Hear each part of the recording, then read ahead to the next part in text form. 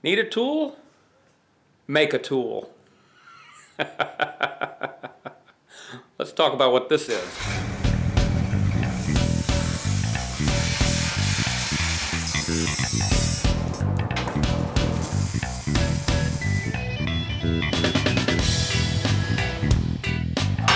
Hey YouTube, not really sure how to present this because I didn't actually record the forging of this, but I made a thing. I don't even know what you'd call this.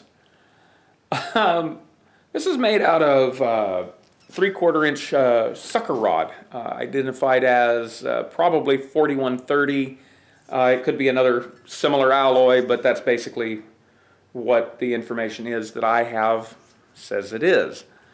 You'll note the shape of it. It's a fork with both of the ends has little hooks on it and just a little simple bend.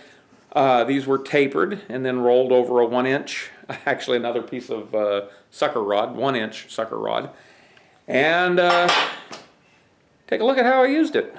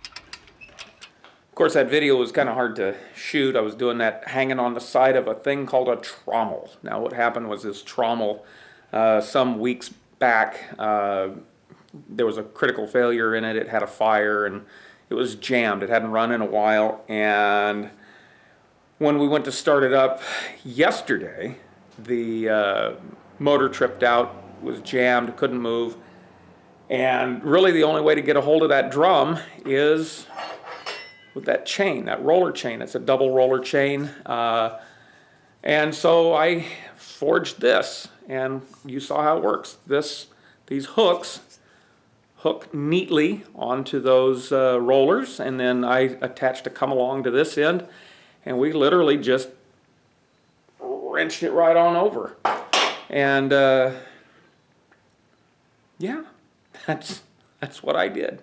Freed it up and moved on with life. Of course, we found out there are other problems, but no. I thought I'd share that with you. So, bye.